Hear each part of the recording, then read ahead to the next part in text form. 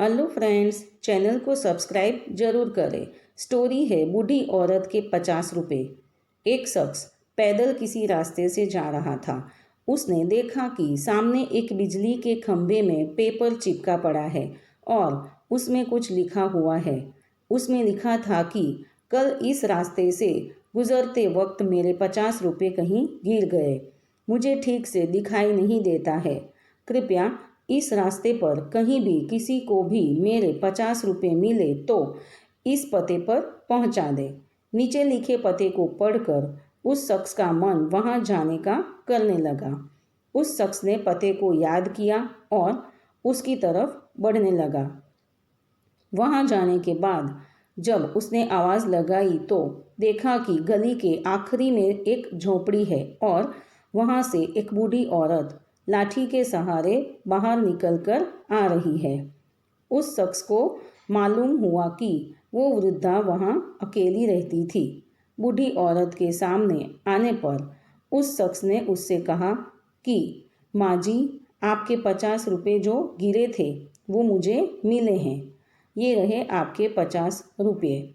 उस शख्स की बात सुनकर बूढ़ी औरत रोने लगी और कहा, बेटा, कल से अब तक करीब 20-25 लोग मुझे 50 रुपये देकर जा चुके हैं।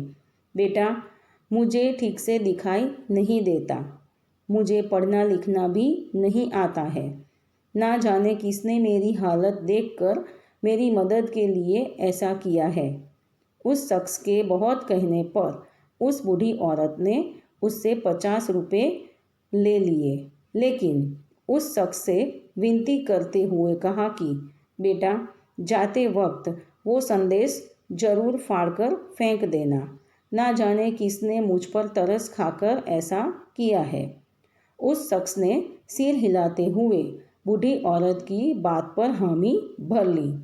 थोड़ी दूर जाने के बाद वो शख्स सोचने लगा कि आखिर मुझसे पहले आए उन 20-25 लोगों को भी तो उस बूढ़ी औरत ने वो संदेश फाड़ने को कहा होगा, लेकिन किसी ने उसे अब तक फाड़ा नहीं है, तो फिर मैं कैसे उसे फाड़ दूं?